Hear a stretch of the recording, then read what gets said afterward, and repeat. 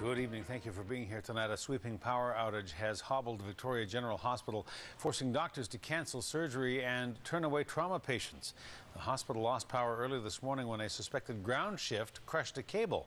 The generators kicked in as they are expected to, but they are only capable of powering the hospital at a basic level. A temporary fix could come and should come very soon, but the fallout from all the cancellations could be felt for weeks to come. CTV's Andrew Johnson has the story. A crew of 6 from BC Hydro worked to restore power to Victoria General Hospital after an equipment failure right next to the building underground. The cable is contained within a concrete pipe underground.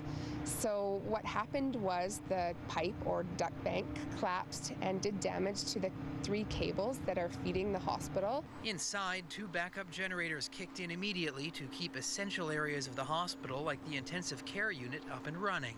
We are designed to function for emergency and vital life and limb procedures in the event of a power failure. But 30 non-emergency surgeries and 14 endoscopic procedures have been postponed.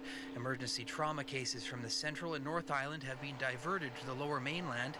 But people on the South Island who need emergency care can still get it at VGH. The emergency department at Victoria General is fully functional, and as is the Royal Jubilee or the Saanich Peninsula Hospital. So if anybody has an emergency, come to your emergency department as you would normally. VGH building systems like air conditioning were knocked out, as well as laundry and food services. Our patients actually got cold meals today at lunchtime, and they will receive cold-plated meals at dinner time as well. BC Hydro says it won't know for sure what caused the outage until crews can access the underground piping where the cables were damaged, but notes the system is usually very reliable. It's not common that a hospital loses power. We build redundancies into our system.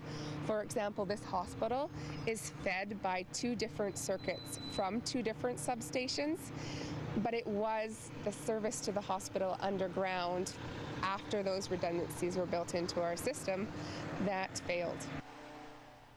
And there's a late development on the story. CTV's Andrew Johnson joins us now with more. Andrew. Hudson Power has not yet been restored to the hospital, but I just got off the phone with Suzanne Germain from VHA, and she says it should be within 5 minutes. BC Hydro says it was ready to go about 4:30 this afternoon, but waited to flip the switch because there was an emergency surgery underway. VHA wanted to wait until the surgery was finished because restoring power would result in a temporary outage.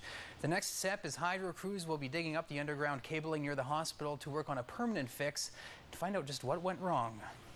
All right, Andrew Johnson, thank you. You're welcome.